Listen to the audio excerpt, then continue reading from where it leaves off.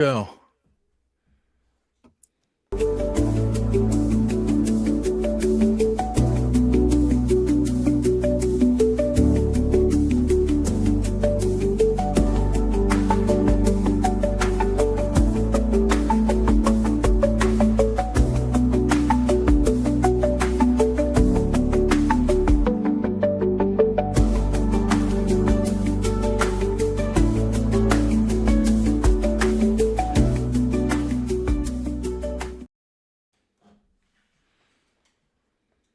Hi, everybody, and welcome to the very first That Okay podcast.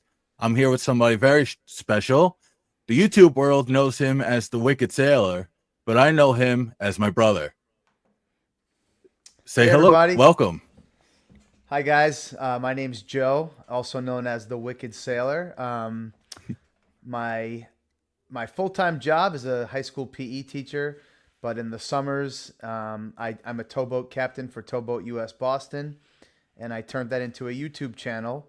And the link or the name is down there at the bottom of my screen at Wicked Sailor Boston. And Jonathan, you want me to share the screen and show a little bit about what that job is, or? Yeah, of course. All right. So I'll quickly share my screen and just show you a So little this bit is about gonna. that. So here's a video. So what's the background Okay, between? welcome back, guys. Today we have a salvage in Quincy at Captain's Cove Marina. So I'm going to pause it for a sec. Basically, what we do is we respond to emergencies on the water, just like AAA does for the road. And if people break down, if they need a fuel drop, if they need a jump start, if they need to get towed back to where they came from, we we get them back there. And then we also do what this video shows is we do salvage work. And if a boat sinks, we dive and we attach these big heavy balloons to them called lift bags, and we raise the boat out of the water and get it out of there. So real quickly, I'll just kind of show you some action here. Gonna fast forward. Here's me getting some dive gear on.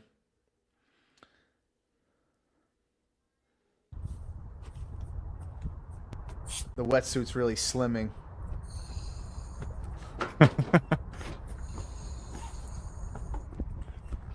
So while this is all getting set up, what made you want to do this type of work?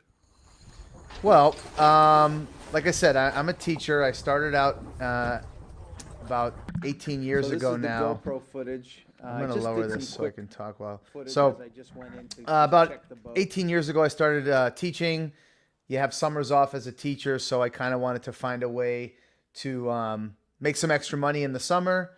And I actually started working as a water taxi driver for Boston Harbor Hotel as a water taxi driver. And then I met a guy named Joe Burke, who was a towboat captain, and he was moving. Or I think he might, you know what? He wasn't moving. He was changing jobs, and he no, wouldn't be it's able to getting work all for. choppy. I'm very sorry for audio disturbance. I'll pause it. It might be too much going on at once. But I'll take that out there. All right. So are we good on the audio now, Jonathan?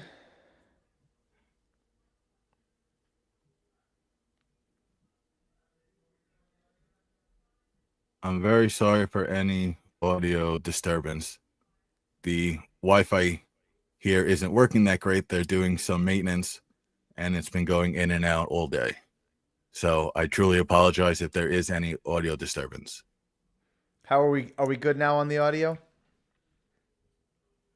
Yep, Okay. we're good now. All right, I stopped the video. I was thinking maybe it was just trying to stream too much at one time, but basically, I was a teacher. I had summers off. I wanted to find a way to make some money over the summer, and I stumbled into doing the towboat job, and it's been a really fun experience, and you get to see a lot of cool stuff out there. And if you're interested, check out my YouTube channel at Wicked Sailor Boston. I got a couple good videos lined up, ready to be released soon. So definitely check that out if it's something you'd be interested in.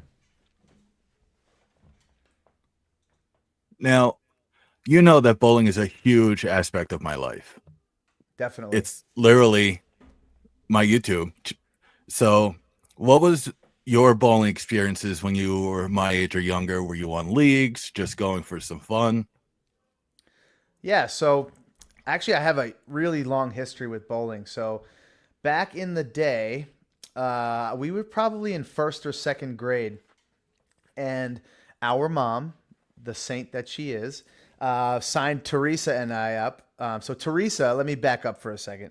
Teresa is our twin sister who was supposed to Who join bailed us. on us? Yeah, she was supposed to join us on this podcast tonight, but Jonathan and I, as soon as we got on here, we knew that she was not going to be on this podcast. We like to have what we call Teresa time in this family, which is whatever time she tells you she's going to do something, you just got to roll it back like an hour or so.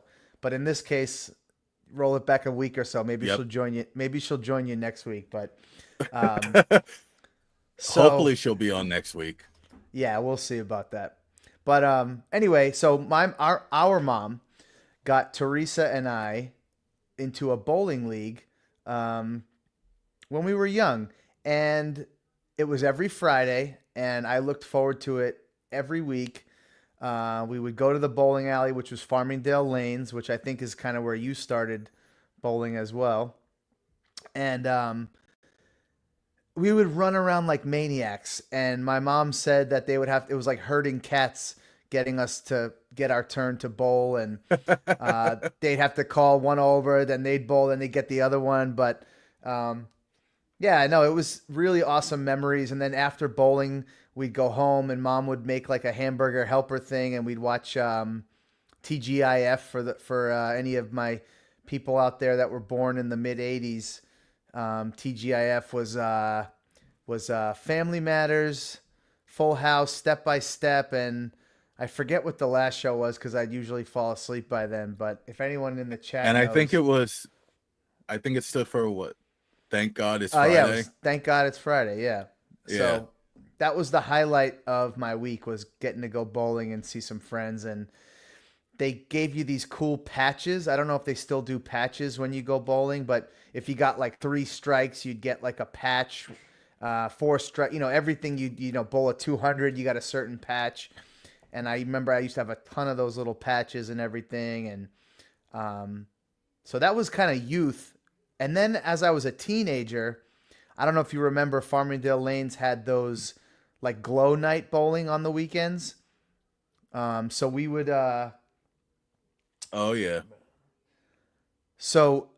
we would go to those glow nights, and it was like teen night kind of. They would put the UV, the not UV, black lights on, um, and it was fun. And I would hang out there on the weekends sometimes in high school. More like younger years, like ninth grade, 10th grade, would hang out at the lanes with all our friends. And so Yeah. so one of the guys in the chat, Jason, is asking, where is Farmingdale? Farmingdale is on Long Island.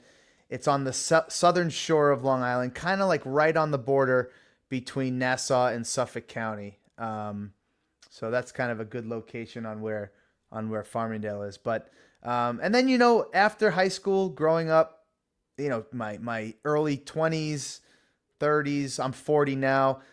Every chance I get to go bowling, it's a fun time. I've taken my kids bowling up here in Massachusetts, where I currently live, and up here they do candlepin bowling, which I can't stand. Anyone in New England, I'm sorry. Yeah. It's big ball for life. I cannot stand candlepin bowling. But they have places up here where they have both, and so every time we get a chance, we like to go. But yeah, bowling's been a huge part of my life. It's just a fun recreational activity, and I know it has been for you as well. So we definitely have that in the family. Yeah. It's definitely an escape from reality, is what I call it. So basically, if I was having a bad day at school, I had league that night, I was like, yes, I have something to look forward to. I don't care how bad I was doing in my classes that day. I'm like, I got league tonight. I'm good. Yeah, something to look forward So to. mom, oh, absolutely. So mom was telling me a story, and I want you to tell me the actual story. Okay. She said something about you tried climbing a ball return. I actually, I don't know if you can see, I still have the scar right here on my chin. So, I didn't try climbing it. What I did was, you know how the ball returns are kind of angled like this? So Yep. I was a little menace. Anything I could get, into trouble with, I found a way. So this was actually, Mhm. mom was so overprotective of us. So those of you that don't know, my mom and my father divorced when I was 5, and then we lived with my mom, and we saw my dad once in a while. But so my mom was very overprotective of us, and this was like the first time she had let somebody take Teresa and I to bowling without her being there. And we were probably in second or third grade, and yeah, so the ball returns are like angled like this because the ball comes from under the lane and then it shoots it up on that little belt. You know what I'm talking about, Jonathan? Yeah. Yeah, so it like gets it at the gut at the back of the pins. It puts it under the ground somehow, shoots it back on to you, and then it's angled like this. So I slid It, down on my stomach backwards, mhm. and I did it a few times, and then I'm like, all right, you know what? I'm gonna try to jump into this one. So I like jumped and slid down, and then I fell back, and my chin whacked on that hardwood floor at the bowling alley, and I split my chin open right here. I had to get Oh, I jeez. forget how many stitches, like 7 stitches, but um, yeah. So it was a good friend of my mom's who had a daughter. Her name was Joanne, and she had to call my mom and tell her that little Joey cracked his chin open. Oh, mom must have loved hearing that.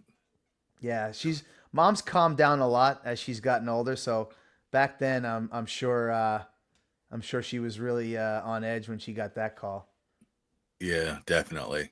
Mom was always, "What are you doing? Why are you doing this? Oh Why yeah, did you no. do it?" When by the time you were a kid, she was still pretty relaxed. Yeah. When we were younger, man, she was like wound like a drum. No offense, mom, I love you.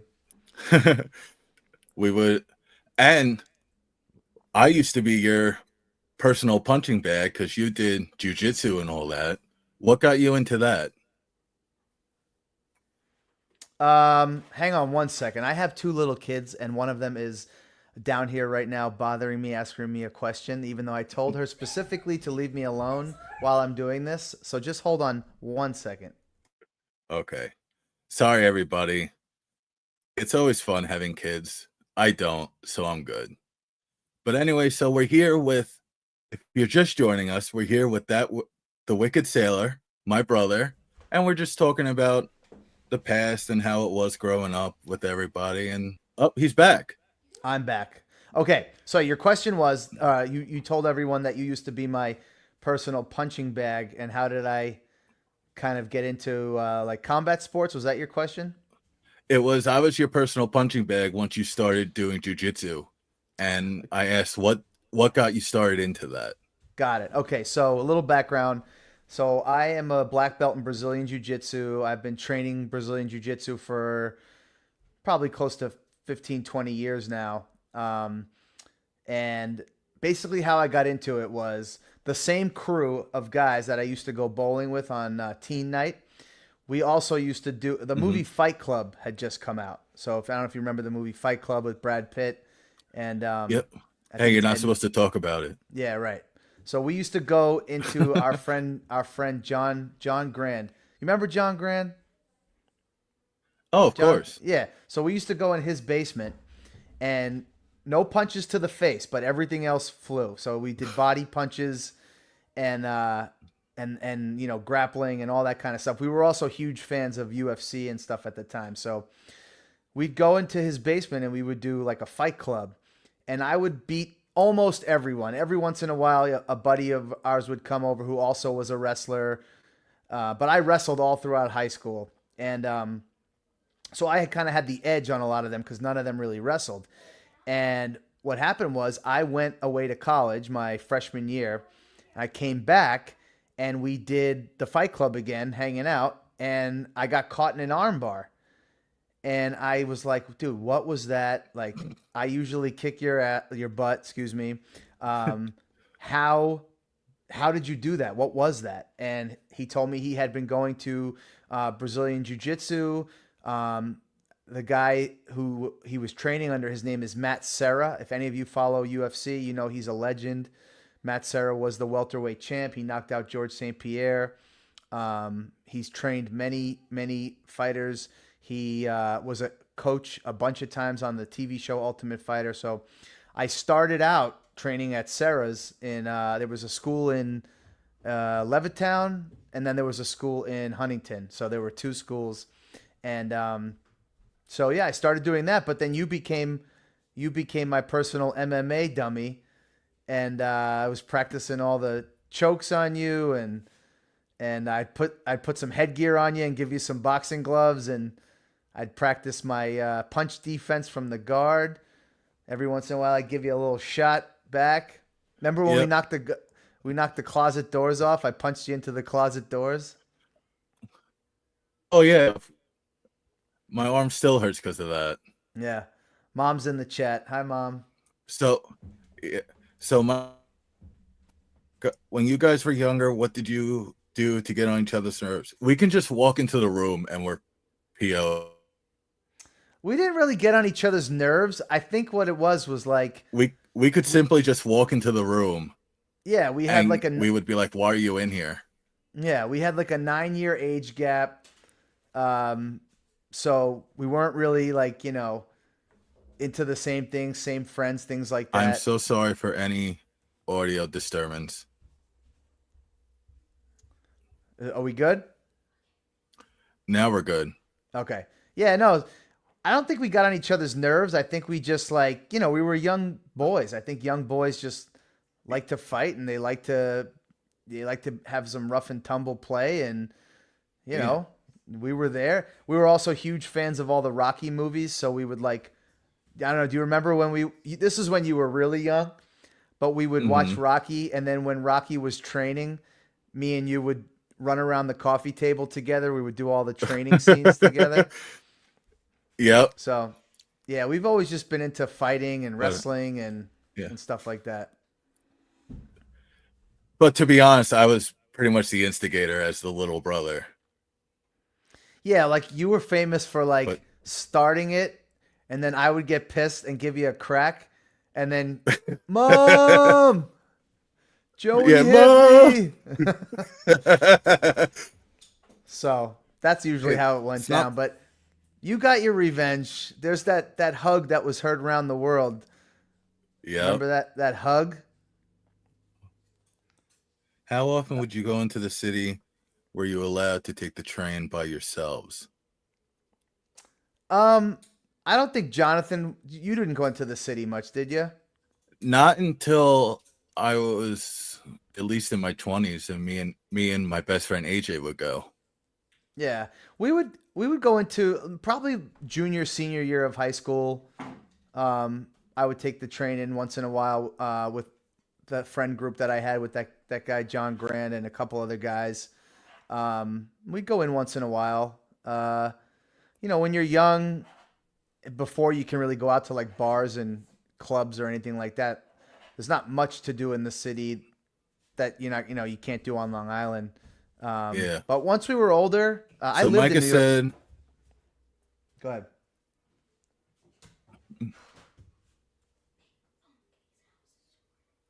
So Micah said, what's your favorite memory with your brother?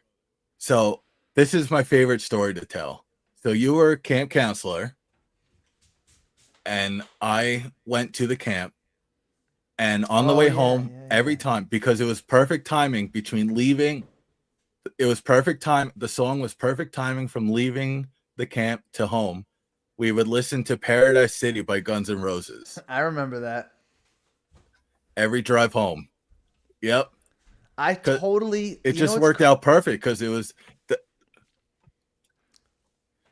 I totally forgot about that. I totally forgot he that used Jonathan as his cover. Yeah, to watch Barney. She's busting on me. Yep. No, I totally forgot that you went to that camp that I worked at. But now that you say it, I completely remember. Yeah. Yeah. So I've done this many times before. Going back into bowling. I've Yeah. done this many times. I tried jumping up to try and knock down the pin while they wiggled. Yeah, or you Did go like you? you go like this, like when you're trying to get that. I don't know what the name of the pin is in the corner, the 10 pin, and Yeah, and, the and you pin. I would jump up. you just give it like a little. You give it like a. You I trying would to do get the the ball over there a little come bit. on, come on. Yeah. No, I And never I did would, any of that. I've done you do the through the legs bowl. You do the one with the, when you use the 6-pound ball and you just huck it down there as fast as you can, and it like yeah, bounces off the pins. But I haven't gone bowling in a while. I should yeah. We're gonna have to come and fill in go. for your league one night. You get a fill-in player, right? Yeah, that would be awesome. Yeah, Yeah. that'd be fun. So, going on another bowling. So I used to have bowling birthday parties pretty much every year. Yep. Do you have any like specific memories that you remember? Some fun memories? From your bowling parties? Yes, from my birthday parties when at Farmingdale Lanes. To be honest, man, I've been punched in the head a lot, and I'm 40 years old. I don't really remember those birthday parties. Just like I didn't remember you. Uh, I didn't remember you being at that camp. But no, the only That's the old age coming in. here's a memory of one of your birthday parties that I do remember though. It was your very, very, very first birthday party, and you were Mm-hmm. just born in the hospital. And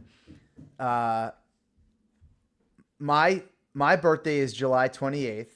Jonathan's birthday is July 27th. So we're 9 years apart. So I was about to turn 9 and he was just born.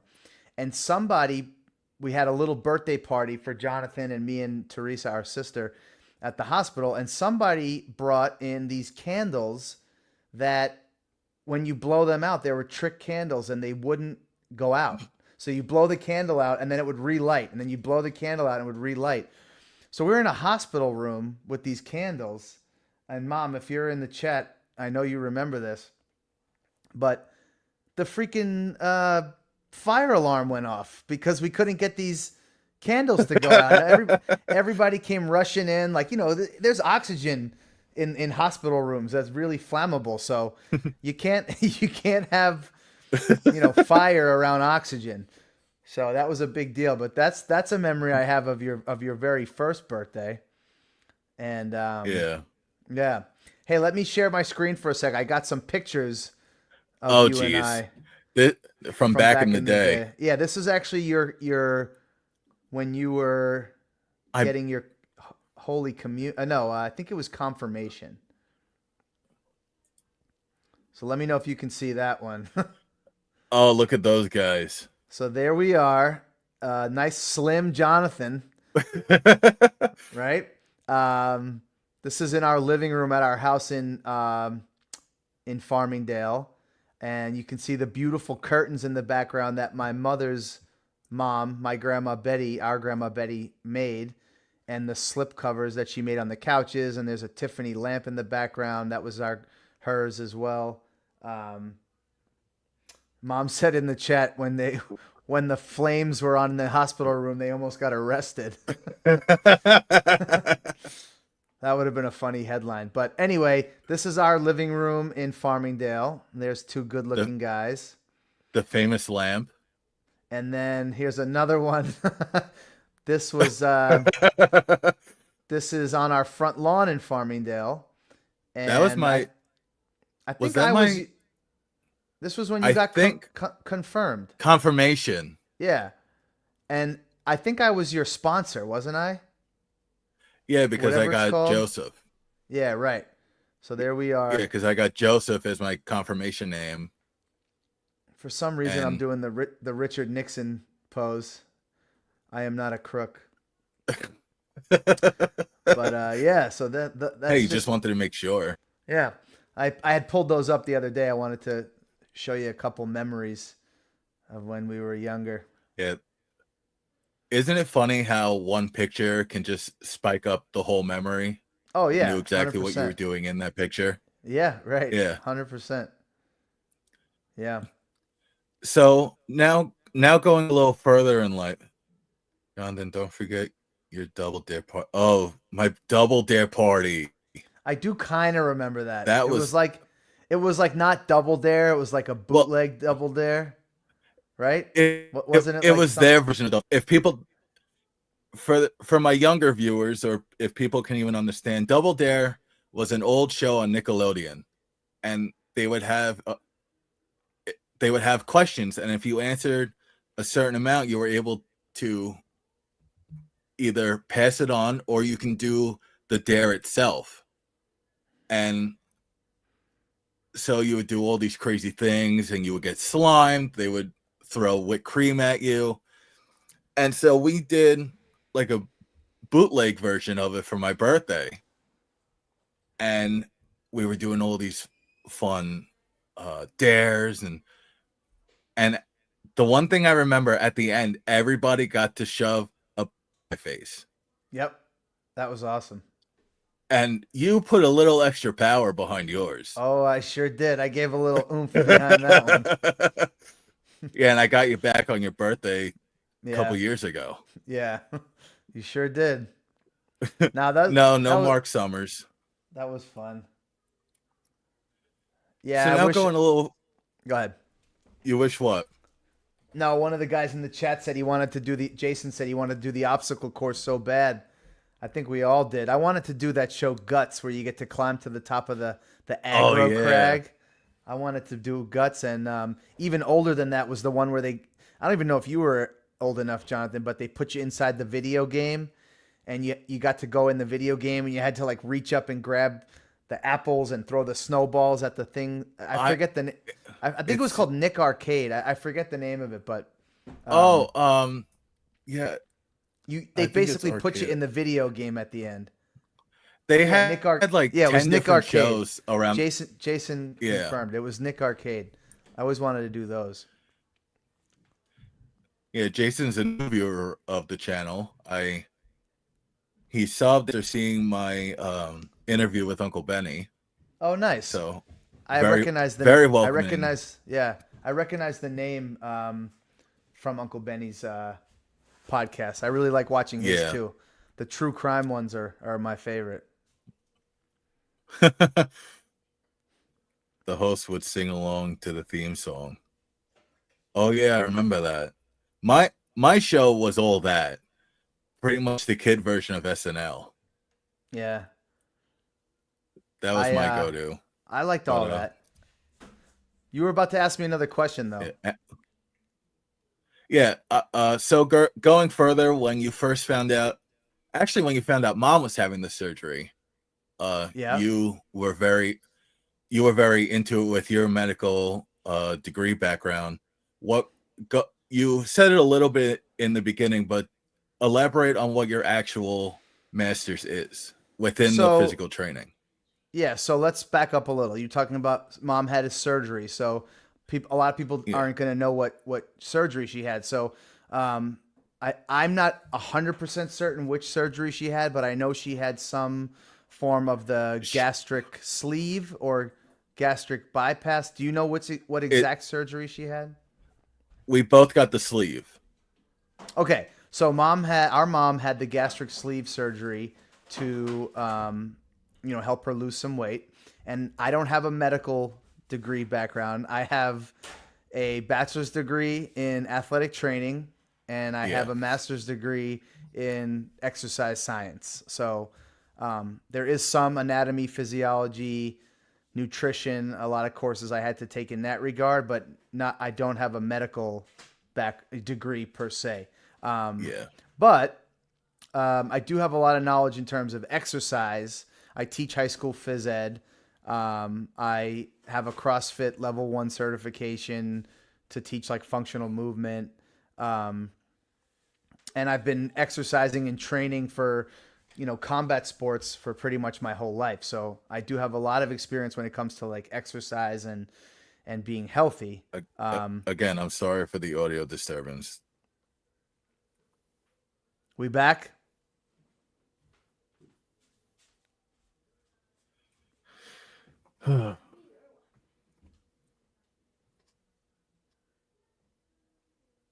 We back? Yep, we're back. All right. So, yeah. So, mom had the surgery. She was extremely successful with it. She still has all the weight that our mom has had a lot of health struggles beyond anything revolving around weight. So obviously with all her other health struggles that she's had, her weight has fluctuated a little bit, but she's kept her weight off and she's been extremely healthy, and I am so proud of her for her being able to overcome everything she's overcome and continue to keep her weight off and stay healthy, because at the weight that she was at, there's no way her body would have been able to deal with all the other health issues that she had. So that's a huge benefit of getting healthy and losing weight, is that your body is now way more equipped to deal with any other health issues that you might have, let alone the issues that the weight, the extra weight that somebody had would cause. Yeah. And then once I found out how for her, I tried all of the different weight losses, keto, high protein, all of those. And then I sat down with mom. I'm like, Mom, I can't do this on my own. Can we please sit down and talk with the surgeon and just see if I'm even eligible to do it? Yeah. So she agreed. We had a nice talk about it. She agreed. So when I met with the surgeon, I was telling him my weight. When I first met with him, I was 362 pounds. And Damn. he saw, yeah, I know. So he saw my chart, my medicine. He's like, yeah, with the medication you take, I have, for the people who don't know, I have seizure disorder. So being such a heavy weight, I was taking such a high level of medication. Like I was at the top tier of the amount you can take. And he even said that if you don't lose weight, this can kill you. Which absolutely. I was like, yeah, I'm gonna change that. So he pretty much said I was eligible that day. So we went through the whole rigmarole, and I had the surgery a month and a half ago. Actually, it's been a whole month and a half since I had the surgery. So I also the got surgery. I was just gonna say the surgery you had was also the gastric sleeve. Yep, I got the same one, and I am currently down to 287. Wow, that's crazy. Yeah. Good for you. It was really hard that first week. Yeah, so I want to say a couple things about some stuff you just said. So number one, when you said, "Oh, I tried the keto diet, I tried, the high protein diet, I tried all that stuff, and none of it worked for you," as somebody that's been around this kind of thing for a long time, diets typically do not work. Diets are a quick fix. They're a way to get weight down, but you're going to put the weight back on. And that's, my anecdotal experience, but I'm pretty sure if you went and did some research, you would see that most people that diet, they call it yo-yo dieting because it goes up and down like a yo-yo. The real way to lose weight and keep weight off, the only way that ever happens is if you make a lifestyle change. And that has to be something that it can't just be a diet. It can't just be something like, all right, I want to get down to my goal weight. I'm going to do the Atkins diet, which was a really popular low carb diet that was around at, some years ago. But then, you know, what happens when you get off the Atkins diet? You start eating carbs again, and then you put all the weight back on. So the only way to lose weight and keep it off is to do a lifestyle change. And the thing that I really respect about what you said is that you knew that you couldn't do that on your own. And that Yeah. it takes a lot of willpower, and it takes a lot of self-control to make a lifestyle change and to be consistent and stay with it. And, you know, to your credit, you knew that that was not something that was one of your strengths. And so you went Yeah. and you did something that kind of controls your willpower for you, let's say, in the way that the gastric sleeve, you know, limits how much you can eat in any given time. So Yeah. I really commend you for making that decision for yourself. And I also want to tell all your viewers that dieting usually is not the answer, that you have to make a lifestyle change and realize, you know, the number one tip I give, because, you know, I coach high school wrestling, and the wrestlers always want to cut weight, and they want to get down to the next weight class lower. And, you know, we can have a whole nother conversation on, you could do a whole podcast on weight cutting. And, but basically my advice to them is to cut out as much liquid sugar as you can. If you're drinking sugar in liquid form, whether it be like soda or Gatorade or juice or, you know, anything that has sugar in a liquid form, if you can cut that out of your diet, you're setting yourself up for success. Limit sugar in general will be a good thing, but liquid sugar is probably the worst. So like sodas and Gatorades, and that's why when I saw you, I was busting your chops. I was giving you a hard time on your before you got the surgery. You were drinking sodas at the bowling alley, and I was telling you in the chat, like, what is that? What's in that drink? You know, and because that's the easiest thing to cut out and to help you set yourself up for success. Yeah. So, you know, what exactly? If you could give a little, I don't know if you know the answer, but what does the sleeve actually do? It makes the stomach smaller. How does it work? You know, I'm not entirely sure. I don't want to give out false information, Okay. but all I know is that I have about 90% of my stomach is gone. Okay. So it does make it smaller. Somewhat. Yeah, but I don't know if it's yeah.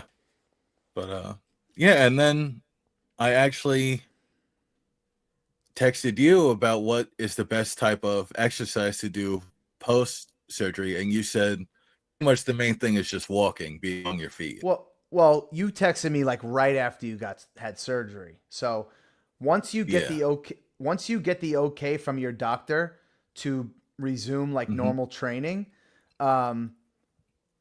me personally, the best exercise, like bang for your buck, meaning like getting the most benefit from like the shortest period of time of exercise, is going to be what's called high intensity interval training, HIIT. So basically it's short duration, high intensity bursts of exercise followed by a rest period. So you're talking like maybe 30 seconds on, maybe 30 seconds off, something like that. And then you do like, you can do stations. You and I can talk, and we can do another podcast if you want, where we talk about, how to set up an exercise routine and things like that. But for me personally, as long as your doctor gives you the okay to resume like full intensity exercise, meaning like your heart rate can get up into like the 60, 70, 80% of your max, I would say the best bang for your buck exercise is going to be high intensity interval training, like station based, like quick intense exercise followed by a rest period, and maybe for like a duration of like 20 minutes to a half an hour of that, you know? Yeah. But that's something you have to work up to. Well, yeah, of course. That's You not can't just something do it straight out of the hospital. Yeah, that Cool. wouldn't be something that I wouldn't even recommend that for somebody like just starting out to exercise. I would say that's something that maybe you start with like some lightweight training first, and then you go into some maybe some plyometric style exercise, and then the high intensity stuff you put in when you get a little bit more comfortable with exercise. Mm, But go ahead, you were gonna say yeah. what kind of what? What kind of workouts are you doing currently at your level, along with the jujitsu? Well, so I train Brazilian Jiu Jitsu. I mean, I like to get there 4, 5 times a week if I can, but Hmm. like I said, I have 2 young kids. I have at the moment 2 sort of full time jobs between teaching and towboat. So I usually get there between 2 to 3 nights a week. But I do teach high school phys ed. We have an awesome weight room and fitness center at our school, so I'm able to get in there. And I do a lot of functional fitness style weight training, things like deadlifting, clean and press, Hmm. overhead press, compound movements. Back in the day, I would do like bicep curls. They try to get Hmm. the gun, try to get the guns. But The guns. yeah. So I don't like to do that kind of stuff anymore. I like to do more compound movements, meaning movements that involve multiple joints in the body at once using large muscle Hmm. groups like your quads, hamstrings, glutes, core, all that stuff. And then I also do I do some incline stuff on the treadmill with like a weight vest where I'll do like a Hmm. little bit of a light jog with a weight vest on, and then I'll do a rest period. So I'll do some high intensity interval training type stuff with a weight vest and a treadmill. But Hmm. I would say 90% of my exercise comes from training jujitsu. I just do like Yeah. maybe 10 5-minute rounds in a row. Um, Hmm. and just, I've worn a heart rate monitor before when I was doing jujitsu, and I burned over 1,000 calories in 45 minutes. Oh wow. Just doing jujitsu. So that's an awesome workout. If anybody is looking for something to help them get more flexible, get stronger, become confident to defend yourself, Brazilian jiu-jitsu is the way to go. Hey, okay, Bowler and Wicked Sailor. I love this podcast. This is amazing. Mr. Okay Bowler, when does your wife come on the stream? Well, hopefully next week I will have my sister on and we're gonna talk. So, which she'll probably bail on that too. Don't But hold your breath. hopefully, yeah, I know. So hopefully next week, the third week, you'll definitely be able to be on.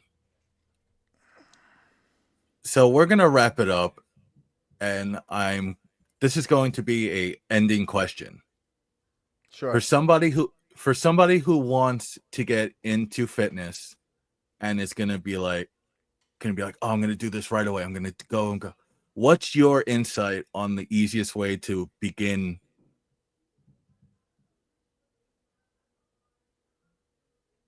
You kind of broke up there for a second. Oh, What's the easiest so way to begin? I heard the first part. What's the easiest way to what's begin? for somebody who wants to start weightlifting, what they call swole? Yeah. What would be your insight to start the easiest where you're not hurting right away? All right. Well, number one is I heard you, Uncle Benny or you and Uncle Benny were talking about motivation on your last Hmm. podcast. Like, how do Yep. you get the motivation to like go exercise? And my thing with motivation is you just have to, like, I think Uncle Benny said, and you said this too, you have to get to a point where you it's like as much as you don't want to exercise, you also want to live and you want to be healthy. So for you, it was like you got that message from the doctor, like, dude, if you don't lose weight, you're gonna die. You know what I mean? You were almost 400 pounds, and for Yeah. you, hearing that was the motivation to like say, okay, I need to do something. I need to change my life. My thing with Yeah. motivation is like you have to make a decision to do it, and then that's it. There's no, you know, sitting on the fence. There's no, you make the decision to do it, and then that's it. You do it. And I'm kind of unique in that way, in that I, like you said, you knew you didn't have the self-control to do that on your own, right? You needed some help surgically. I think one of my strengths as a person is when I decide to do something, I do it, right? So when it came to like Brazilian Jiu-Jitsu, I knew I was going to keep training until I got my black belt, right?